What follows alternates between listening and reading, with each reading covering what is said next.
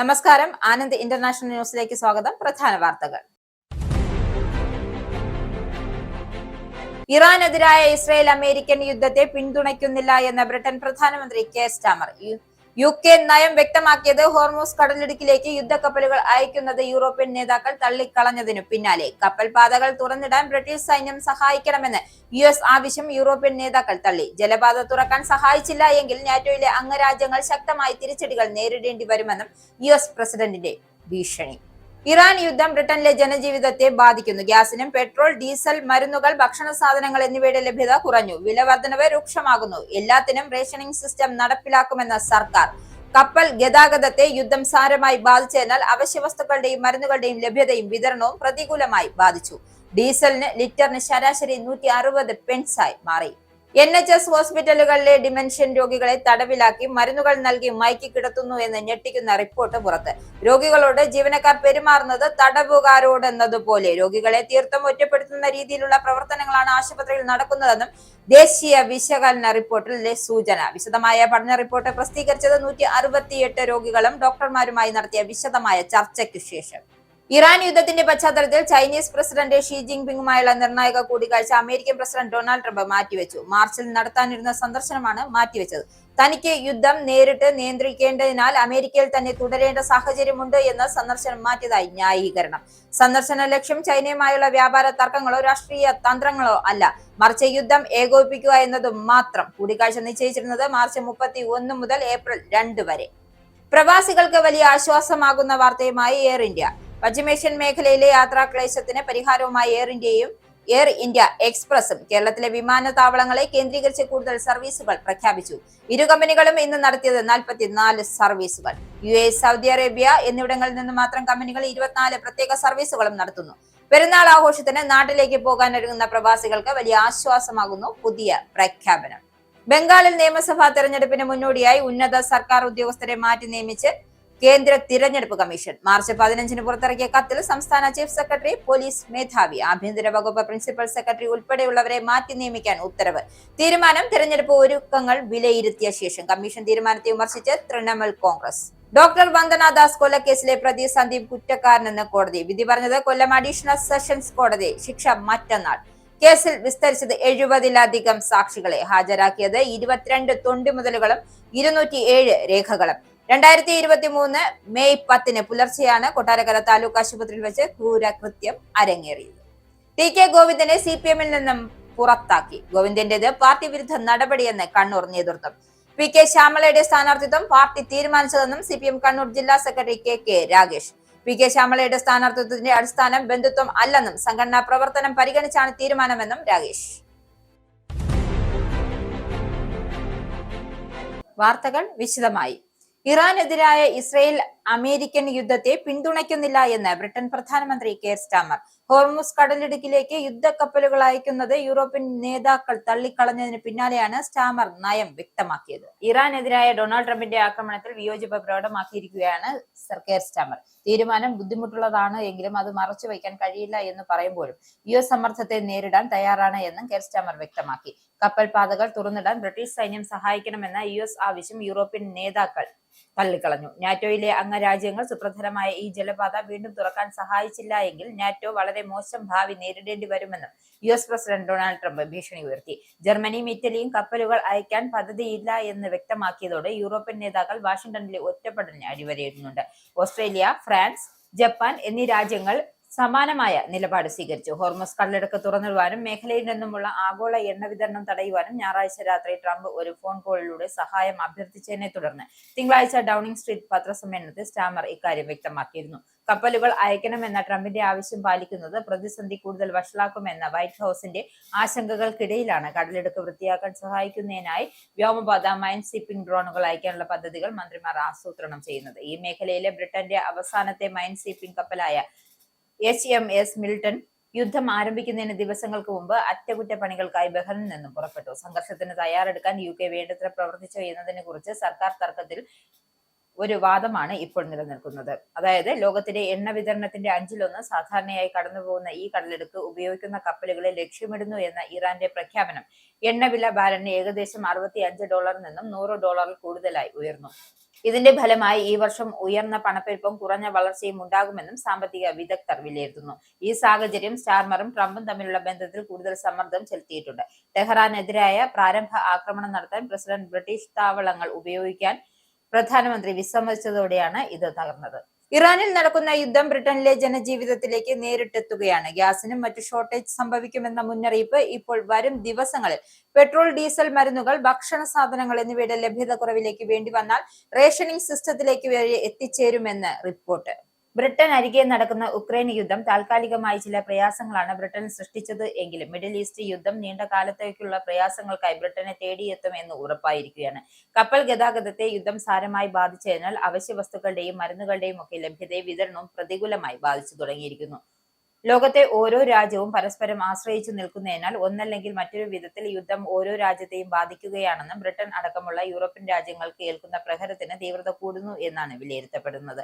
അടുത്ത 1-2 ആഴ്ചകൾക്കുള്ളിൽ തന്നെ ഷോർട്ടേജ് യുകെയിൽ അനുഭവപ്പെട്ടു തുടങ്ങുമെന്നാണ് ലഭ്യമാകുന്ന സൂചനകൾ. തുടക്കത്തിൽ ഭക്ഷണ വസ്തുക്കളെക്കാൾ ലഭ്യത കുറവ് നേരിടുക, തൊട്ടു പിന്നാലെ ഡീസലിനും പെട്രോളിനും മരുന്നുകൾക്കൊക്കെ ലഭ്യകുറവിന്റെ പട്ടികയിൽ ഇടം പിടിക്കും. പെട്രോളിനും ഡീസലിനും റേഷനിംഗ് തന്നെ വേണ്ടിവരും എന്നാണ് വിലയിരുത്തപ്പെടുന്നത്. കഴിഞ്ഞ ദിവസങ്ങളിൽ വെയിൽ ചൂട് പിടിച്ച സാഹചര്യത്തിൽ ശനി, ഞായർ ദിവസങ്ങൾ വലിയ തിരക്കാണ് റോഡുകളിൽ അനുഭവപ്പെട്ടത്. വസന്തകാലം എത്തുന്നതോടെ ജനങ്ങൾ കൂടുതൽ സഞ്ചാര സമയം ഉപയോഗപ്പെടുത്തുമെന്നതിനാൽ പെട്രോളിനും ഡീസലിനും ആവശ്യകത വർദ്ധിക്കുവാൻ സാധ്യത ഏറെയാണ്. ബംഗ്ലാദേശിലും മറ്റു സമാന സാഹചര്യം ഉണ്ടായപ്പോൾ ഇന്ത്യ അടക്കം സഹായത്തിന് എത്തിയതുപോലെ യൂറോപ്പിൽ ഇത്തരമൊരു പ്രതിസന്ധി ഉണ്ടായാൽ ആര് ആരെയൊക്കെ സഹായിക്കുമെന്നത് കണ്ടറിയേണ്ട കാര്യമാണ്. അതിനിടയിൽ ബ്രിട്ടനിൽ ഇന്ധന വില പിടിവിട്ട് പായുന്നതിന്റെ സർവ്വസാധ്യതകളും ഇപ്പോൾ വിപണിയിൽ ലഭ്യമാണ്. ലിറ്ററിന് ശരാശരി 20 പെൻസ് വില വർധനവാണ് ഇപ്പോൾ യുകെയിൽ എവിടെയും ദൃശ്യമാകുന്നത്. ഡീസലിന് ലിറ്ററിന് ശരാശരി 160 പെൻസ് ആയി മാറിക്കഴിയുകയും ചെയ്തു. കഴിഞ്ഞ ഒരാഴ്ചയായി ഓയിൽ ടാങ്കറുകൾ ഹോർമൂസ് കടലിടുക്ക് കടന്ന് യാത്ര ചെയ്തിട്ടില്ല എന്നതിനാൽ ആ സ്ഥിതി ഒരാഴ്ച കൂടി തുടർന്നാൽ എങ്ങനെ പിടിച്ചു നിൽക്കാനാകും എന്ന ചോദ്യമാണ് ബ്രിട്ടനെ തേടിയെത്തിയിരിക്കുന്നത്. 2 മാസത്തേക്ക് പ്രതിസന്ധി മുന്നിൽ കണ്ടു കാര്യങ്ങൾ തീർപ്പാക്കാൻ ബ്രിട്ടന് സാധിക്കണം എന്നാണ് സർക്കാരിന് ലഭിക്കുന്ന മുന്നറിയിപ്പ്. NHS ഹോസ്പിറ്റലുകൾ പലപ്പോഴും ഡിമെൻഷ്യൻ രോഗികളെ തടവിലാക്കി മരുന്നുകൾ നൽകി മയക്കി കിടത്തുന്നു എന്ന് ഞെട്ടിക്കുന്ന റിപ്പോർട്ട് പുറത്ത്. രോഗികളോട് ജീവനക്കാർ പെരുമാറുന്നത് തടവുകാരോടെന്നതുപോലെയെന്ന് റിപ്പോർട്ടിൽ വ്യക്തമാക്കുന്നു. ഡിമെൻഷ്യൻ രോഗികളുടെ ചികിത്സയുമായി ബന്ധപ്പെട്ട് നടത്തിയ ആദ്യത്തെ ദേശീയ വിശകലന റിപ്പോർട്ടിൽ പറയുന്നത് അവരെ തീർത്തും ഒറ്റപ്പെടുത്തുന്ന രീതിയിലുള്ള പ്രവർത്തനങ്ങളാണ് ആശുപത്രികൾ നടക്കുന്നത് എന്നാണ്. ദേശീയ തലത്തിൽ തന്നെ പ്രാതിനിധ്യമുള്ള 6 NHS ആശുപത്രികൾ 9 വാർഡുകളിലായി 168 രോഗികളും ഡോക്ടർമാരും നടത്തിയ 1000-ലധികം വിശദമായ ഇന്റർവ്യൂകൾക്ക് ശേഷമാണ് 18 മാസത്തിലേറെ നീണ്ട പഠന റിപ്പോർട്ട് പ്രസിദ്ധീകരിച്ചത്. ചില രോഗികൾ തുടർച്ചയായി തന്നെ ആഴ്ചകളോളം തങ്ങളുടെ കിടക്ക വിട്ടു പോകാൻ അനുവദിച്ചില്ല എന്നും പഠനത്തിൽ കണ്ടെത്തി. തട്ടിക്കൊണ്ടുപോയി മോചനദ്രവ്യം ആവശ്യപ്പെട്ട് തടവിലാക്കിയ പ്രതീതിയായിരുന്നു എന്നാണ് ചില രോഗികൾ വ്യക്തമാക്കിയത്. കിടക്കകൾക്ക് 4 ചുറ്റിലുമായി ഉയരത്തിൽ കമ്പിവേലി കെട്ടി രോഗികളെ കിടക്ക വിട്ടു പോകാൻ കഴിയാത്ത വിധത്തിൽ തടവിലാക്കുകയായിരുന്നു. എന്നിട്ടും കിടക്ക വിട്ടു പോകാൻ ശ്രമിച്ചാൽ അവരെ പിടിച്ചു കിടത്തി മരുന്നുകൾ നൽകി മയക്കി കിടത്തുമായിരുന്നു. ഗതികെട്ട് നിരാശയിൽ ഏതെങ്കിലും ജീവനക്കാരെ അനുസരിക്കാതിരിക്കുകയോ ചെറുക്കുകയോ ചെയ്താൽ ആ രോഗികളെ മെഡിക്കൽ രേഖകൾ അക്രമാസക്തമായ രോഗികൾ എന്ന വിഭാഗത്തിൽ ഉൾപ്പെടുത്തും. ഇങ്ങനെ രേഖപ്പെടുത്തിയാൽ ഇവർക്കുള്ള സോഷ്യൽ കെയർ പാക്കേജ് ഔദ്യോഗികമായി തന്നെ വിലക്കപ്പെടും.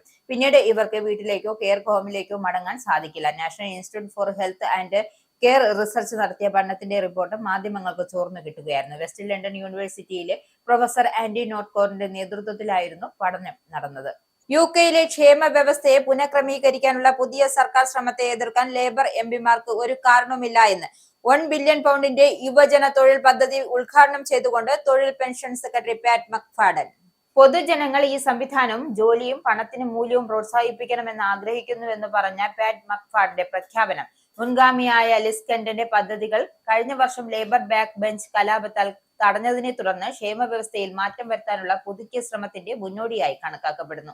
വർദ്ധിച്ചു വരുന്ന യുവാക്കളുടെ തൊഴിലില്ലായ്മ നിരക്ക് പരിഹരിക്കുന്നതിനായി രൂപകൽപ്പന ചെയ്ത പുതിയ നയപ്രകാരം ആനുകൂല്യങ്ങൾ ലഭിക്കുന്നതും കുറഞ്ഞത് 6 മാസമായി ജോലി അന്വേഷിക്കുന്നതുമായി 18-നും 24-നും ഇടയിൽ പ്രായമുള്ള ഒരാളുടെ ഓരോ നിയമനത്തിനും കമ്പനിക്ക് £3000 ഗ്രാന്റ് ലഭിക്കും. 2 ലക്ഷം തൊഴിലവസരങ്ങൾ സൃഷ്ടിക്കാൻ ലക്ഷ്യമിട്ടുള്ള ഈ ധനസഹായം യുവാക്കൾക്കുള്ള പുതിയ കരാർ എന്നാണ് മക്ഫാഡൻ വ്യക്തമാക്കിയത്. 16-നും 24-നും ഇടയിൽ പ്രായമുള്ള ഓരോ പുതിയ ജീവനക്കാരും ചെറുകിട ഇടത്തരം ബിസിനസ്സുകൾക്ക് £2000 നൽകുമെന്നാണ് പുതിയ പ്രോത്സാഹനം പ്രഖ്യാപിച്ചിരിക്കുന്നത്. ജൂണിൽ ആരംഭിക്കുന്ന ഈ പദ്ധതി അനുസരിച്ച് സ്ഥാപനങ്ങൾക്കുള്ള പേയ്മെന്റുകൾ നിശ്ചിത ക്രമത്തിലായിരിക്കും. യുകെയിൽ ട്രെയിൻ യാത്ര ലളിതമാക്കുന്നതിനുള്ള പരിഷ്കരണത്തിന്റെ ഭാഗമായി റീഫണ്ടിന് പുതിയ നയവുമായി ഗ്രേറ്റ് ബ്രിട്ടൻ റെയിൽവേ. ട്രെയിൻ യാത്രക്കാർ വെബ്സൈറ്റിൽ നിന്നും നേരിട്ട് ടിക്കറ്റ് വാങ്ങിയ യാത്രക്കാർ ആണെങ്കിൽ ട്രെയിനുകൾ വൈകിയാൽ നഷ്ടപരിഹാരം ക്ലെയിം ചെയ്യാൻ കഴിയുമെന്ന് സർക്കാർ. നിലവിൽ ടിക്കറ്റ് വാങ്ങാൻ ട്രെയിൻ ലൈൻ പോലുള്ള മൂന്നാം കക്ഷി റീറ്റെയിലർമാരെ ഉപയോഗിക്കുന്ന യാത്രക്കാർ റീഫണ്ടിനുള്ള അപേക്ഷകൾ ബന്ധപ്പെട്ട ട്രെയിൻ ഓപ്പറേറ്റർമാർക്ക് സമർപ്പിക്കണം. വ്യക്തിഗത ട്രെയിൻ ഓപ്പറേറ്റർമാർക്കുള്ള നഷ്ടപരിഹാര ക്ലെയിം സംവിധാനങ്ങൾ പുതിയ ദേശാൽകൃത റെയിൽ ബോഡിയായ ഗ്രേറ്റ് ബ്രിട്ടൻ റെയിൽവേസിന്റെ കീഴിൽ ഒരു ഒറ്റ ഏകീകൃത സർവീസിലേക്ക് ലയിക്കും. റെയിൽ റെഗുലേറ്ററായ ഓഫീസ് ഓഫ് റെയിൽ ആൻഡ് റോഡിന്റെ ഏറ്റവും പുതിയ കണക്കുകൾ അനുസരിച്ച് 2023-24 വൈകി യാത്രക്കാർക്ക് ട്രെയിൻ ഓപ്പറേറ്റർമാർ 138 മില്യൺ പൗണ്ട് റീഫണ്ട് നൽകി എന്നാണ് കണക്ക്. ചില ട്രെയിൻ ഓപ്പറേറ്റർമാരും ടിക്കറ്റ് തരങ്ങളും ഓട്ടോമേറ്റഡ് കാലതാമസ തിരിച്ചടവ് വാഗ്ദാനം ചെയ്യുന്നുണ്ട് എങ്കിലും പ്രത്യേകിച്ച് മുൻകൂർ ഇ ടിക്കറ്റുകൾക്കും സീസൺ ടിക്കറ്റ് ഉടമകൾക്കും മറ്റ് ക്ലെയിമുകൾ കൂടുതൽ സങ്കീർണമായേക്കാം. ഇറാൻ യുദ്ധത്തിന്റെ പശ്ചാത്തലത്തിൽ ചൈനീസ് പ്രസിഡന്റ് ഷീ ജിൻപിങ്ങുമായുള്ള നിർണായക കൂടിക്കാഴ്ച അമേരിക്കൻ പ്രസിഡന്റ് ഡൊണാൾഡ് ട്രംപ് നീട്ടിവെച്ചു. മാർച്ചിൽ നടത്താനിരുന്ന ഈ സന്ദർശനം ഏകദേശം 1 മാസത്തേക്ക് നീട്ടാനാണ് ട്രംപ് ആവശ്യപ്പെട്ടത്. യുദ്ധം നേരിട്ട് നിയന്ത്രിക്കേണ്ടതിന്റെ അത്യാവശ്യമായതിനാൽ അമേരിക്കയിൽ തന്നെ തുടരാനാണ് തന്റെ തീരുമാനമെന്ന് അദ്ദേഹം വ്യക്തമാക്കിയിരിക്കുകയാണ്. മാർച്ച് 31 മുതൽ ഏപ്രിൽ 2 വരെയായിരുന്നു ഇരുവരും തമ്മിലുള്ള കൂടിക്കാഴ്ച നിശ്ചയിച്ചിരുന്നത്. ചൈനയുമായുള്ള വ്യാപാര തർക്കങ്ങളോ മറ്റ് രാഷ്ട്രീയ തന്ത്രങ്ങളോ അല്ല, മറിച്ച് യുദ്ധം ഏകോപിപ്പിക്കുക എന്നത് മാത്രമാണ് ഈ മാറ്റത്തിന് പിന്നിലെന്ന് ട്രംപ് ഭരണകൂടം വ്യക്തമാക്കി. ഷീ ജിൻപിങ്ങുമായി തനിക്ക് വളരെ നല്ല ബന്ധമാണുള്ളതെന്നും അദ്ദേഹത്തെ കാണാൻ ആഗ്രഹിക്കുന്നുവെന്നും ട്രംപ് കൂട്ടിച്ചേർത്തു. ഹോർമുസ് കടലിടുക്കിലെ എണ്ണ നീക്കം സുഗമമാക്കാൻ ചൈന സഹായിച്ചില്ല എങ്കിൽ കൂടിക്കാഴ്ച മാറ്റിവെച്ചേക്കുമെന്ന് ട്രംപ് മുൻപ് സൂചന നൽകിയിരുന്നു. ലോകത്തെ ഊർജ്ജ വിതരണത്തിൽ നിർണായകമായ ഈ കടലിടുക്ക് തുറക്കാൻ മറ്റു രാജ്യങ്ങളുടെ സഹായവും അദ്ദേഹം ആവശ്യപ്പെട്ടിട്ടുണ്ട്. എന്നാൽ ഇറാനിൽ നിന്നുമുള്ള ഊർജ്ജ ഇറക്കുമതി നടത്തുന്ന പ്രധാന രാജ്യമായ ചൈന ഇറാന് നേരെ അമേരിക്കയും ഇസ്രയേലും നടത്തുന്ന ആക്രമണങ്ങളെ ശക്തമായി വിമർശിച്ചിരുന്നു. യുദ്ധം കാരണം ആഗോളതലത്തിൽ എണ്ണ വിതരണത്തിൽ ഉണ്ടായ തടസ്സങ്ങളും വിലവർധനവുമാണ് നിലവിലെ അമേരിക്ക നേരിടുന്ന പ്രധാന വെല്ലുവിളി. ഇറാനുമായുള്ള യുദ്ധത്തിന്റെ ഭാഗമായി US ചെങ്കടലിൽ വിന്യസിച്ച USS ജെറാർഡ് ഫോർഡിലെ തീപിടുത്തം 30 മണിക്കൂറിലേറെ നീണ്ടുനിന്നു. US മാധ്യമമായ ന്യൂയോർക്ക് ടൈംസ് ആണ് ഇക്കാര്യം റിപ്പോർട്ട് ചെയ്തത്. മണിക്കൂറുകൾ നീണ്ട തീപിടുത്തം മൂലം കപ്പലിലുണ്ടായിരുന്ന ഡസൻ കണക്കിന് സൈനികർക്ക് പുക ശ്വസിച്ചതിനെ തുടർന്ന് പ്രശ്നങ്ങൾ ഉണ്ടായതായി റിപ്പോർട്ട്. അമേരിക്കയുടെ ഏറ്റവും വലിയ യുദ്ധക്കപ്പലിലെ തീപിടുത്തം കഴിഞ്ഞയാഴ്ച നാവികസേന സ്ഥിരീകരിച്ചിരുന്നു. യുദ്ധവുമായി ബന്ധപ്പെട്ട തീപിടുത്തമല്ല എന്നും തീ നിയന്ത്രണ വിധേയമാണ് എന്നും US നാവികസേന അറിയിക്കുകയായിരുന്നു. 2 നാവികർക്ക് ജീവന് അപായമില്ലാത്ത പരിക്കുകൾ പറ്റിയെന്നും വ്യക്തമാക്കി. കപ്പലിലെ യുദ്ധവിമാനങ്ങളുടെ പ്രവർത്തനങ്ങളെ തീപിടുത്തം ബാധിച്ചിട്ടില്ല എന്നും ന്യൂയോർക്ക് ടൈംസ് വ്യക്തമാക്കിയിട്ടുണ്ട്. കപ്പലിലുള്ള 4500ഓളം ജീവനക്കാർക്കും എയർ വിങ്ങിനും നിലവിലുള്ള സാഹചര്യങ്ങൾ അത്ര മികച്ചതല്ല എന്നാണ് റിപ്പോർട്ട്. തീപിടുത്തത്തിൽ ഏകദേശം 600 നാവികരുടെ കിടക്കകൾ കത്തി നശിച്ചിരുന്നു. ലോണ്ടറി ഏരിയയിലാണ് പ്രധാനമായും തീപിടുത്തമുണ്ടായത് എന്നതുകൊണ്ട് തന്നെ വസ്ത്രങ്ങൾ അലക്കുന്നതിനും മറ്റും ബുദ്ധിമുട്ടുണ്ടാകുന്നു എന്നാണ് വാർത്ത റിപ്പോർട്ട് ചെയ്യുന്നത്. കപ്പലിലെ ടോയ്ലറ്റുകളുടെ പ്രശ്നങ്ങളും രൂക്ഷമാണ്. തുടർച്ചയായി 10 മാസമായി USS ജെറാർഡ് ഫോർഡ് വിന്യസിക്കപ്പെട്ടിട്ട്. ഇറാൻ യുദ്ധത്തെക്കുറിച്ചുള്ള റിപ്പോർട്ടുകളുടെ രീതി മാറുകയും പൊതു താൽപര്യാർത്ഥം പ്രവർത്തിക്കുകയും ചെയ്തില്ല എങ്കിൽ US വാർത്താ ചാനൽ ശൃംഖലകളുടെ ലൈസൻസ് റദ്ദാക്കുമെന്ന് ഫെഡറൽ കമ്മ്യൂണിക്കേഷൻ കമ്മീഷൻ അധ്യക്ഷൻ വ്യക്തമാക്കി. നുണപ്രചാരണവും വ്യാജ വാർത്തകളുമാണ് ചാനലുകൾ നൽകുന്നതെന്നും അദ്ദേഹം ആരോപിച്ചു. ട്രംപ് അദ്ദേഹത്തിന്റെ പ്രതിരോധ സെക്രട്ടറി പീറ്റർ ഹെഗ്സെത്തും ഇതേ ആരോപണം ഉന്നയിച്ചിരുന്നു. വെള്ളിയാഴ്ച പെന്റഗണിൽ നടത്തിയ വാർത്താ സമ്മേളനത്തിൽ ഹെഗ്സെത്ത് CNN ചാനലിനെ പേരെടുത്ത് വിമർശിച്ചിരുന്നു. ചാനലുകൾക്കും പത്രങ്ങൾക്കുമെതിരെ തിരഞ്ഞ് Trump the Wall Street journal, the New York times എന്നിവ മനഃപൂർവ്വം തെറ്റായ തലക്കെട്ടുകൾ നൽകുകയാണ് എന്ന് ആരോപണം ഉന്നയിച്ചു. ബ്രെന്റ് കറിന്റെ നടപടിയെ അദ്ദേഹം പ്രശംസിച്ചു. അതേസമയം കറിന്റെ ഭീഷണിക്കെതിരെ ഡെമോക്രാറ്റിക് ഏതാനും റിപ്പബ്ലിക്കൻ പാർട്ടി അംഗങ്ങളും രംഗത്തെത്തിയിരുന്നു. ഭീഷണി US ഭരണഘടന ഉറപ്പു നൽകുന്ന മാധ്യമ സ്വാതന്ത്ര്യത്തിനെതിരാണെന്ന് 2 കൂട്ടരും വാദിച്ചു. പശ്ചിമേഷ്യൻ മേഖലയിലെ യാത്രാക്ലേശത്തിന് പരിഹാരവുമായി എയർ ഇന്ത്യയും എയർ ഇന്ത്യ എക്സ്പ്രസും കേരളത്തിലെ വിമാനത്താവളങ്ങളെ കേന്ദ്രീകരിച്ച് കൂടുതൽ സർവീസുകൾ പ്രഖ്യാപിച്ചതോടെ അവധിക്കാലത്തും പെരുന്നാൾ ആഘോഷത്തിനും നാട്ടിലേക്ക് പോകാൻ ഒരുങ്ങുന്ന പ്രവാസികൾക്ക് വലിയ ആശ്വാസം. ഇന്ന് മാത്രം ആകെ 44 സർവീസുകളാണ് ഇരു കമ്പനികളും നടത്തുന്നത്. ഇതിൽ UAE, സൗദി അറേബ്യ എന്നിവിടങ്ങളിൽ നിന്നുമുള്ള 24 പ്രത്യേക സർവീസുകളും ഉൾപ്പെടുന്നുണ്ട്. അബുദാബിയിൽ നിന്നും കൊച്ചി, കോഴിക്കോട് എന്നിവിടങ്ങളിലേക്ക് എയർ ഇന്ത്യ എക്സ്പ്രസ് പ്രത്യേക സർവീസുകൾ നടത്തും. ഷാർജയിൽ നിന്നാകട്ടെ കണ്ണൂരിലേക്കും മംഗളൂരിലേക്കും എക്സ്പ്രസ് വിമാനങ്ങൾ പറക്കും. ഒമാനിൽ നിന്ന് മസ്കറ്റിൽ നിന്നും കൊച്ചിയിലേക്ക് 2 സർവീസുകളും കോഴിക്കോട്ടേക്ക് 1 സർവീസും ഉണ്ടാകും. സൗദിയിൽ നിന്ന് ജിദയിൽ നിന്ന് കോഴിക്കോട്ടേക്കും ഷെഡ്യൂൾഡ് വിമാനങ്ങളും റിയാദിൽ നിന്നും കോഴിക്കോട്ടേക്ക് പ്രത്യേക സർവീസും ഏർപ്പെടുത്തിയിട്ടുണ്ട്. അതേസമയം കുവൈറ്റ്, ഖത്തർ, ബഹ്റൈൻ എന്നിവിടങ്ങളിലേക്കുള്ള സർവീസുകൾ താൽക്കാലികമായി നിർത്തിവെച്ചിരിക്കുകയാണ്. നോർത്ത് അമേരിക്ക, യൂറോപ്പ് തുടങ്ങിയ ദീർഘദൂര സർവീസുകൾക്ക് മാറ്റമില്ല. ഇനി പൗണ്ട്, യൂറോ, ഡോളർ, രൂപ ഇന്നത്തെ വിനിമയ നിരക്ക്. 1 പൗണ്ട് 123.01 ഇന്ത്യൻ രൂപ. 1 pound 1.16 euro. 1 US dollar 92.45 Indian രൂപ. 1 യൂറോ 106.21 ഇന്ത്യൻ രൂപ. 1 pound 1.33 US dollar. 1 Canadian dollar 67.52 Indian രൂപ. ഇനിയൊരു ഇടവേള. വീണ്ടും വാർത്തകളിലേക്ക്. ബംഗാളിൽ നിയമസഭാ തെരഞ്ഞെടുപ്പിന് മുന്നോടിയായി ഉന്നത സർക്കാർ ഉദ്യോഗസ്ഥരെ മാറ്റി നിയമിച്ച് കേന്ദ്ര തിരഞ്ഞെടുപ്പ് കമ്മീഷൻ ഉത്തരവ്. മാർച്ച് 15-ന് പുറത്തിറക്കിയ കത്തിൽ സംസ്ഥാന ചീഫ് സെക്രട്ടറി, പോലീസ് മേധാവി, ആഭ്യന്തര വകുപ്പ് പ്രിൻസിപ്പൽ സെക്രട്ടറി ഉൾപ്പെടെയുള്ളവരെ മാറ്റി. തീരുമാനത്തെ തൃണമൂൽ കോൺഗ്രസ് നേതാക്കൾ രൂക്ഷമായി വിമർശിച്ചു. പുലർച്ചെ 4 മണിക്ക് ചീഫ് സെക്രട്ടറിയെയും ആഭ്യന്തര സെക്രട്ടറിയെയും മാറ്റിയത് അംഗീകരിക്കാനാവില്ല എന്ന് തൃണമൂൽ കോൺഗ്രസ് MP സാഗരിക ഘോഷ് വ്യക്തമാക്കി. തിരഞ്ഞെടുപ്പ് കമ്മീഷൻ അധികാരം ദുരുപയോഗം ചെയ്യുകയാണെന്നും അവർ ആരോപിച്ചു. അതേസമയം ഉദ്യോഗസ്ഥരെ മാറ്റാൻ കമ്മീഷന് ഭരണഘടനാപരമായ അധികാരമുണ്ട് എന്നും കേന്ദ്ര പാർലമെന്ററി കാര്യമന്ത്രി കിരൺ റിജിജു പ്രതികരിച്ചു. ചീഫ് സെക്രട്ടറി നന്ദിനി ചക്രവർത്തിക്ക് പകരം ദുഷ്യന്ത് നരിയെ നിയമിച്ചു. ആഭ്യന്തര പ്രിൻസിപ്പൽ സെക്രട്ടറി ആയിരുന്ന ജഗദീഷ് പ്രസാദ് മീനയ്ക്ക് പകരം സംഘമിത്ര ഘോഷിനെ തൽസ്ഥാനത്ത് നിയമിച്ചു. സംസ്ഥാന പോലീസ് മേധാവി പീയൂഷ് പാണ്ഡെയെ മാറ്റി സിദ്ധാർത്ഥ് ഗുപ്തയെ നിയമിച്ചു. MLA-മാരെ സ്വാധീനിക്കാൻ BJP ശ്രമിച്ചു എന്ന ആരോപണങ്ങൾക്കിടെ രാജ്യസഭാ തെരഞ്ഞെടുപ്പിൽ NDAക്ക് നേട്ടം. ബീഹാറിലെ 5 സീറ്റുകളിലും NDA പിടിച്ചെടുത്തു. ഒഡീഷയിൽ 4-ഉം 3-ഉം NDA നേടിയപ്പോൾ 1 സീറ്റ് BJDക്കാണ്. ഇന്ത്യ സഖ്യത്തിന്റെ 4 MLA-മാർ വോട്ടെടുപ്പിൽ നിന്നും വിട്ടുനിന്നതോടെയാണ് ബീഹാറിൽ NDAക്ക് എല്ലാ സീറ്റിലും ജയിക്കാനായത്. നിതീഷ് കുമാർ, രാംനാഥ് ടാക്കൂർ, നിതിൻ നവീൻ, ശിവേഷ് കുമാർ, ഉപേന്ദ്ര കുശ്വാഹ എന്നിവരാണ് വിജയിച്ചത്. കോൺഗ്രസിൽ നിന്നും 3-ഉം RJD-യിൽ 1-ഉം MLA-മാരാണ് വിട്ടുനിന്നത്. നിയമസഭാ അംഗബലം അനുസരിച്ച് NDAക്ക് 4 സീറ്റുകളാണ് വിജയം ഉറപ്പുണ്ടായിരുന്നത്. AIMIM-ന്റെ 5 MLA-മാരും BSP-യുടെ 1 MLA-യും പിന്തുണച്ചതിനാൽ 5-മത്തെ സീറ്റ് ഇന്ത്യ സഖ്യത്തിന് വിജയിക്കാൻ കഴിയുമായിരുന്നു. എന്നാൽ ഇന്ത്യ സഖ്യത്തിലെ 4 MLA-മാർ മുങ്ങിയതോടെ RJD സ്ഥാനാർത്ഥി അമരേന്ദ്ര ധാരി സിംഗ് പരാജയപ്പെട്ടു. വോട്ട് ചോരിയിലൂടെയാണ് NDAയുടെ ജയമെന്നും പ്രതിപക്ഷം ആരോപിച്ചു. ലൈംഗിക കുറ്റവാളി ജെഫ്രി എപ്സ്റ്റീനുമായി തനിക്ക് ബന്ധമുണ്ട് എന്ന് ആരോപിക്കുന്ന വാർത്തകളും പോസ്റ്റുകളും നീക്കം ചെയ്യണമെന്നും നഷ്ടപരിഹാരമായി 10 കോടി രൂപ ലഭ്യമാക്കണമെന്നും ആവശ്യപ്പെട്ട് കേന്ദ്രമന്ത്രി ഹർദീപ് സിംഗ് പുരിയുടെ മകൾ ഹിമയാനി പുരി ഡൽഹി ഹൈക്കോടതിയെ സമീപിച്ചു. തനിക്കെതിരായ ഓൺലൈൻ വാർത്തകൾ, സമൂഹമാധ്യമ പോസ്റ്റുകൾ, വീഡിയോകൾ എന്നിവ നീക്കം ചെയ്യാൻ നിർദ്ദേശിക്കണമെന്നും ഭാവിയിൽ വാർത്തകൾ നൽകുന്നത് വിലക്കണമെന്നാണ് ആവശ്യം. വിവിധ സമൂഹമാധ്യമ ഓൺലൈൻ കമ്പനികൾക്കും അജ്ഞാത വ്യക്തികൾക്കും എതിരെയാണ് ഹർജി. ഡോക്ടർ വന്ദന ദാസ് കൊലക്കേസിൽ പ്രതി സന്ദീപ് കുറ്റക്കാരനെന്ന് കോടതി. കൊല്ലം അഡീഷണൽ സെഷൻസ് കോടതിയാണ് വിധി പറഞ്ഞത്. ശിക്ഷ മറ്റന്നാൾ വിധിക്കും. കേസിൽ 70-ലധികം സാക്ഷികളെയാണ് വിസ്തരിച്ചത്. 22 തൊണ്ടിമുതലുകളും 207 രേഖകളും ഹാജരാക്കിയിരുന്നു. 2023 മെയ് 10-ന് പുലർച്ചെയാണ് കൊട്ടാരക്കര താലൂക്ക് ആശുപത്രിയിൽ വെച്ച് ക്രൂരകൃത്യം അരങ്ങേറിയത്. ഒരു തർക്കത്തെ തുടർന്ന് കാലിന് പരിക്കേറ്റ് കൊടുവട്ടൂർ സ്വദേശിയായ സന്ദീപിനെ പൂയപ്പള്ളി പോലീസ് ആശുപത്രിയിലെത്തിച്ചു. പ്രകോപിതനായ സന്ദീപ് പരിശോധനാ മുറിയിലുണ്ടായിരുന്ന സർജിക്കൽ കത്രിക കൈക്കലാക്കി ആക്രമണം തുടങ്ങി. പോലീസുകാരെ അടക്കം ആക്രമിച്ചു. ഡോക്ടർ വന്ദന ദാസിന് ഓടി രക്ഷപ്പെടാനായില്ല. കത്രിക കൊണ്ട് പ്രതി വന്ദനയെ കുത്തിക്കൊലപ്പെടുത്തി. ആശുപത്രിയിൽ സന്ദീപ് നടത്തിയ അക്രമത്തിന്റെ ദൃശ്യങ്ങൾ പുറത്തു വന്നിരുന്നു. സ്കൂൾ അധ്യാപകനായിരുന്ന സന്ദീപ് സമൂഹത്തിന് മാതൃകയാകേണ്ടിയായിരുന്ന ആൾ നടത്തിയ ക്രൂരതയ്ക്ക് പരമാവധി ശിക്ഷ നൽകണമെന്നായിരുന്നു പ്രോസിക്യൂഷന്റെ ആവശ്യം. PK ശ്യാമളയുടെ സ്ഥാനാർത്ഥിത്വം പാർട്ടി തീരുമാനിച്ചതെന്ന് CPM കണ്ണൂർ ജില്ലാ സെക്രട്ടറി KK രാഗേഷ്. പാർട്ടി വിട്ട TK ഗോവിന്ദന്റെ ആരോപണങ്ങളിൽ മാധ്യമങ്ങളോട് പ്രതികരിക്കുകയായിരുന്നു രാഗേഷ്. TK ഗോവിന്ദന്റേത് പാർട്ടി വിരുദ്ധ നടപടിയെന്നും കണ്ണൂർ നേതൃത്വം വിലയിരുത്തി. TK ഗോവിന്ദനെ CPM-ൽ നിന്നും പുറത്താക്കിയതായും അറിയിച്ചു. MV ജയരാജനും KK രാഗേഷും ചേർന്നായിരുന്നു വാർത്താ സമ്മേളനം. PK ശ്യാമളയുടെ സ്ഥാനാർത്ഥിത്വത്തിന്റെ അടിസ്ഥാനം ബന്ധുത്വം അല്ലെന്നും KK രാഗേഷ് കൂട്ടിച്ചേർത്തു. നേതാക്കളുടെ ഭാര്യമാരും ബന്ധുക്കളും സ്ഥാനാർത്ഥികളായിട്ടുണ്ട്. സംഘടനാ പ്രവർത്തനം കൂടി പരിഗണിച്ചാണ് തീരുമാനം. PK ശ്യാമളയ്ക്ക് വിപുലമായ പ്രവർത്തന പരിചയമുണ്ട്. TK ഗോവിന്ദന്റെ പേര് നിർദ്ദേശിച്ചത് TK ഗോവിന്ദൻ തന്നെയാണെന്നും TK ഗോവിന്ദന് പാർലമെന്ററി പാർട്ടി ദൂരെയാണെന്നും KK രാഗേഷ് രൂക്ഷമായ ഭാഷയിൽ വിമർശിച്ചു. ഗോവിന്ദനെ കമ്മ്യൂണിസ്റ്റ് എന്ന് വിളിക്കാനാകില്ല. TK ഗോവിന്ദൻ UDF-ന്റെ ചട്ടുകമായി മാറി. അദ്ദേഹത്തിന് അധികാരത്തോട് വല്ലാത്ത ഭ്രമമാണെന്നും രാഗേഷ് കുറ്റപ്പെടുത്തി. വാർത്താ സമ്മേളനത്തിൽ പങ്കെടുത്ത MV ജയരാജൻ ഹാപ്പിനെസ് ഫെസ്റ്റ് കണക്ക് വിശദീകരിച്ചു. കണക്ക് പാർട്ടിക്ക് മുന്നിൽ അവതരിപ്പിച്ചിട്ടുണ്ട് എന്ന്. വേടന്റെ അഭിമാനകരമായ പരിപാടിയാണ് നടന്നത്.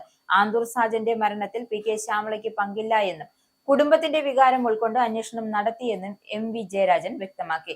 സാജന്റെ സംരംഭത്തിന് എല്ലാ പിന്തുണയും സർക്കാർ നൽകി. കൺവെൻഷൻ സെന്ററിന്റെ നൂതനകൾ ഉയർത്തിയതും ഉദ്യോഗസ്ഥരാണ്. ന്യൂനതകളിൽ ചിലത് പരിഹരിച്ചതോടെ അനുമതി നൽകി. അതേസമയം പാർട്ടിയുടെ ചരിത്രത്തിൽ ഇതുവരെ ഇല്ലാത്ത പ്രവണത ഉണ്ടാകുന്നുവെന്നും TK ഗോവിന്ദൻ കൂട്ടിച്ചേർത്തു. ഇത്രയും കാലം അടക്കം പാർട്ടിയുടെ അച്ചടക്കവും സംഘടനാ രീതിയും പാലിച്ച ആളാണ് താനെന്നും ഇന്നുവരെയും ഇങ്ങനെ ഒരു വാർത്താ സമ്മേളനം നടത്തേണ്ടി വന്നിട്ടില്ല എന്നും ഗോവിന്ദൻ കൂട്ടിച്ചേർത്തു. ശബരിമല സ്വർണ്ണക്കൊള്ളയിൽ തന്ത്രി കണ്ഠരര് രാജീവർക്ക് തിരിച്ചടി. തന്ത്രിക്കെതിരെ തെളിവില്ല എന്ന വിചാരണ കോടതിയുടെ പരാമർശങ്ങൾ ഹൈക്കോടതി സ്റ്റേ ചെയ്തു. SIT-യുടെ അപ്പീൽ തന്ത്രിക്ക് ഹൈക്കോടതി നോട്ടീസ് അയച്ചു. തന്ത്രിയുടെ ജാമ്യം റദ്ദാക്കണമെന്ന അപ്പീൽ ഹൈക്കോടതി പരിഗണിക്കുകയും ചെയ്തു. തന്ത്രി 41-ാം ദിവസമാണ് ജാമ്യം നേടി പുറത്തിറങ്ങിയത്. ഇതോടെ SIT അന്വേഷണത്തിന്റെ പ്രസക്തി തന്നെ ചോദ്യം ചെയ്യപ്പെട്ടിരുന്നു. തന്ത്രിയുടെ പങ്ക് തെളിയിക്കാനായി SIT-ക്ക് കഴിഞ്ഞിട്ടില്ല എന്നും 2 കേസുകളിലും തന്ത്രിയുടെ പങ്കിന് തെളിവില്ല എന്നും ജാമ്യ ഉത്തരവിൽ വ്യക്തമാക്കുന്നു. SITയുടെ വാദങ്ങൾ തള്ളിയായിരുന്നു ജാമ്യ ഉത്തരവ്. ശ്രീകോവിലിന് പുറത്തുള്ള വസ്തുക്കളിൽ തന്ത്രിക്ക് ഉത്തരവാദിത്വമില്ല എന്നും അറ്റകുറ്റപ്പണികൾ നടത്തുന്നതിൽ തന്ത്രിക്ക് ചുമതലയില്ല. ശില്പങ്ങളും പാളികളും സ്വർണം പൂശുന്നത് പൂജാവിധിയോ ആചാരമോ അല്ല. മഹസറുകളിലെ തന്ത്രി ഒറ്റപ്പെട്ടിട്ടില്ല. ഗൂഢാലോചന വാദം നിലനിൽക്കില്ല എന്നും ജാമ്യ ഉത്തരവിൽ കോടതി ചൂണ്ടിക്കാട്ടി. എന്നാൽ മന്ത്രി കണ്ഠരര് രാജീവരുടെ ജാമ്യം റദ്ദാക്കണമെന്ന് ആവശ്യപ്പെട്ട് SIT ഹൈക്കോടതിയെ സമീപിക്കുകയായിരുന്നു. തന്ത്രിയും ഒന്നാം പ്രതി പോറ്റിയും തമ്മിലുള്ള ബന്ധത്തിന് നിരവധി തെളിവുകളുണ്ട്. 2002 ബംഗളൂരുവിൽ ഇരുവരും പല ഘട്ടത്തിൽ ഒരുമിച്ച് കണ്ടിട്ടുണ്ട്. ശ്രീരാംപുരം ക്ഷേത്രത്തിൽ പോറ്റിയുടെ ജോലി പോയപ്പോൾ ബംഗളൂരുവിലെ മഹാലക്ഷ്മി ക്ഷേത്രത്തിൽ ശാന്തിക്കാരനാകാൻ തന്ത്രി ശ്രമിച്ചിരുന്നു. 2017 പ്രതി ഗോവർദ്ധന്റെ വീട്ടിൽ പൂജയ്ക്ക് തന്ത്രിയെ എത്തിച്ചത് പോറ്റിയായിരുന്നു. ഇതിന് ഫോട്ടോ അടക്കമുള്ള തെളിവുകളുണ്ട്. ശബരിമലയിൽ പോറ്റിയെ പ്രവേശിപ്പിച്ചത് തന്ത്രി കുടുംബമാണെന്ന് SIT അപ്പീലിൽ പറയുന്നു. സ്വർണ്ണപ്പാളി കടത്താൻ പോറ്റിയും തന്ത്രിയും മറ്റു പ്രതികളും ചേർന്ന് ഗൂഢാലോചന നടത്തിയെന്ന് തെളിവുണ്ടെന്നും ഹർജിയിൽ SIT വ്യക്തമാക്കി. ഇന്ന് SITയുടെ അപ്പീൽ ഹൈക്കോടതി ഫയലിൽ സ്വീകരിച്ചിരുന്നു. ഇനി സ്പോർട്സ്.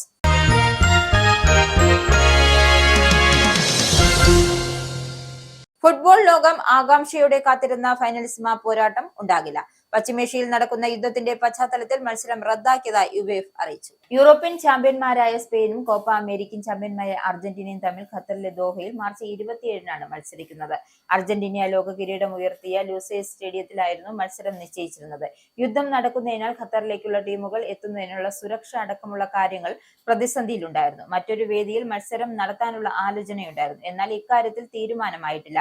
ഖത്തറിന് പകരം മാഡ്രിഡിൽ സാന്റിയാഗോ ബെർമ്യൂഡിൽ മത്സരം നടത്താൻ യുവേഫ നിർദ്ദേശിച്ചുവെങ്കിലും അർജന്റീന ഫുട്ബോൾ അസോസിയേഷൻ അത് നിരസിക്കുകയായിരുന്നു. മത്സരം 2 പാദങ്ങളിലായി നടത്താനുള്ള നിർദ്ദേശവും അർജന്റീന തള്ളി. ഒടുവിൽ മാർച്ച് 31 മത്സരം നടത്താമെന്ന് അർജന്റീന അറിയിച്ചുവെങ്കിലും സ്പെയിനിന്റെ തിരക്കേറിയ ഷെഡ്യൂൾ കാരണം ആ തീയതി പ്രായോഗികമല്ല എന്ന് യുവേഫ അറിയിക്കുകയായിരുന്നു. ഇതോടെ ഇരു രാജ്യങ്ങളും തമ്മിൽ ഒരു പൊതുവായ തീയതിയിലോ വേദിയിലോ ധാരണയിലെത്താൻ കഴിയാത്തതിനാൽ ഈ വർഷത്തെ ഫൈനലിസ്മ ഔദ്യോഗികമായി റദ്ദാക്കുകയാണ് എന്ന് യുവേഫ പ്രഖ്യാപിച്ചു. പ്രധാന വാർത്തകൾ ഒരിക്കൽ കൂടി.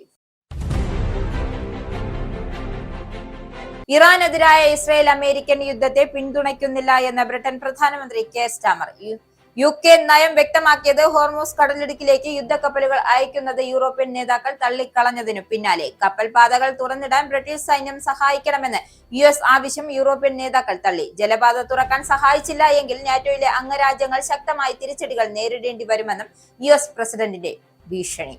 ഇറാൻ യുദ്ധം ബ്രിട്ടനിലെ ജനജീവിതത്തെ ബാധിക്കുന്നു. ഗ്യാസിനും പെട്രോൾ, ഡീസൽ, മരുന്നുകൾ, ഭക്ഷണ സാധനങ്ങൾ എന്നിവയുടെ ലഭ്യത കുറഞ്ഞു. വില വർധനവ് രൂക്ഷമാകുന്നു. എല്ലാത്തിനും റേഷനിംഗ് സിസ്റ്റം നടപ്പിലാക്കുമെന്ന സർക്കാർ. കപ്പൽ ഗതാഗതത്തെ യുദ്ധം സാരമായി ബാധിച്ചതിനാൽ അവശ്യവസ്തുക്കളുടെയും മരുന്നുകളുടെയും ലഭ്യതയും വിതരണവും പ്രതികൂലമായി ബാധിച്ചു. ഡീസലിന് ലിറ്ററിന് ശരാശരി 160 പെൻസായി മാറി. NHS ഹോസ്പിറ്റലുകളിലെ ഡിമെൻഷ്യൻ രോഗികളെ തടവിലാക്കി മരുന്നുകൾ നൽകി മയക്കി കിടത്തുന്നു എന്ന് ഞെട്ടിക്കുന്ന റിപ്പോർട്ട് പുറത്ത്. രോഗികളോട് ജീവനക്കാർ പെരുമാറുന്നത് തടവുകാരോടെന്നതുപോലെ. രോഗികളെ തീർത്തും ഒറ്റപ്പെടുത്തുന്ന രീതിയിലുള്ള പ്രവർത്തനങ്ങളാണ് ആശുപത്രിയിൽ നടക്കുന്നതെന്നും ദേശീയ വിശകലന റിപ്പോർട്ടിലെ സൂചന. വിശദമായ പഠന റിപ്പോർട്ട് പ്രസിദ്ധീകരിച്ചത് 168 രോഗികളും ഡോക്ടർമാരുമായി നടത്തിയ വിശദമായ ചർച്ചയ്ക്കു ശേഷം. ഇറാൻ യുദ്ധത്തിന്റെ പശ്ചാത്തലത്തിൽ ചൈനീസ് പ്രസിഡന്റ് ഷീ ജിൻപിങ്ങുമായുള്ള നിർണായക കൂടിക്കാഴ്ച അമേരിക്കൻ പ്രസിഡന്റ് ഡൊണാൾഡ് ട്രംപ് മാറ്റിവെച്ചു. മാർച്ചിൽ നടത്താനിരുന്ന സന്ദർശനമാണ് മാറ്റിവെച്ചത്. തനിക്ക് യുദ്ധം നേരിട്ട് നിയന്ത്രിക്കേണ്ടതിനാൽ അമേരിക്കയിൽ തന്നെ തുടരേണ്ട സാഹചര്യമുണ്ട് എന്ന് സന്ദർശനം മാറ്റിയതായി ന്യായീകരണം. സന്ദർശന ലക്ഷ്യം ചൈനയുമായുള്ള വ്യാപാര തർക്കങ്ങളോ രാഷ്ട്രീയ തന്ത്രങ്ങളോ അല്ല, മറിച്ച് യുദ്ധം ഏകോപിപ്പിക്കുക എന്നതും മാത്രം. കൂടിക്കാഴ്ച നിശ്ചയിച്ചിരുന്നത് മാർച്ച് 31 മുതൽ ഏപ്രിൽ 2 വരെ. പ്രവാസികൾക്ക് വലിയ ആശ്വാസമാകുന്ന വാർത്തയുമായി എയർ ഇന്ത്യ. പശ്ചിമേഷ്യൻ മേഖലയിലെ യാത്രാക്ലേശത്തിന് പരിഹാരവുമായി എയർ ഇന്ത്യ എക്സ്പ്രസും കേരളത്തിലെ വിമാനത്താവളങ്ങളെ കേന്ദ്രീകരിച്ച് കൂടുതൽ സർവീസുകൾ പ്രഖ്യാപിച്ചു. ഇരു കമ്പനികളും ഇന്ന് നടത്തിയത് 44 സർവീസുകൾ. UAE, സൗദി അറേബ്യ എന്നിവിടങ്ങളിൽ നിന്ന് മാത്രം കമ്പനികൾ 24 പ്രത്യേക സർവീസുകളും നടത്തുന്നു. പെരുന്നാൾ ആഘോഷത്തിന് നാട്ടിലേക്ക് പോകാനൊരുങ്ങുന്ന പ്രവാസികൾക്ക് വലിയ ആശ്വാസമാകുന്നു പുതിയ പ്രഖ്യാപനം. ബംഗാളിൽ നിയമസഭാ തെരഞ്ഞെടുപ്പിന് മുന്നോടിയായി ഉന്നത സർക്കാർ ഉദ്യോഗസ്ഥരെ മാറ്റി നിയമിച്ച് കേന്ദ്ര തിരഞ്ഞെടുപ്പ് കമ്മീഷൻ. മാർച്ച് 15 പുറത്തിറക്കിയ കത്തിൽ സംസ്ഥാന ചീഫ് സെക്രട്ടറി, പോലീസ് മേധാവി, ആഭ്യന്തര വകുപ്പ് പ്രിൻസിപ്പൽ സെക്രട്ടറി ഉൾപ്പെടെയുള്ളവരെ മാറ്റി നിയമിക്കാൻ ഉത്തരവ്. തീരുമാനം തെരഞ്ഞെടുപ്പ് ഒരുക്കങ്ങൾ വിലയിരുത്തിയ ശേഷം. കമ്മീഷൻ തീരുമാനത്തെ വിമർശിച്ച് തൃണമൂൽ കോൺഗ്രസ്. ഡോക്ടർ വന്ദന ദാസ് കൊലക്കേസിലെ പ്രതി സന്ദീപ് കുറ്റക്കാരനെന്ന് കോടതി. വിധി പറഞ്ഞത് കൊല്ലം അഡീഷണൽ സെഷൻസ് കോടതി. ശിക്ഷ മറ്റന്നാൾ. കേസിൽ വിസ്തരിച്ചത് 70-ലധികം സാക്ഷികളെ. ഹാജരാക്കിയത് 22 തൊണ്ടിമുതലുകളും 207 രേഖകളും. 2023 മെയ് 10 പുലർച്ചെയാണ് കൊട്ടാരക്കര താലൂക്ക് ആശുപത്രിയിൽ വെച്ച് ക്രൂരകൃത്യം അരങ്ങേറിയത്.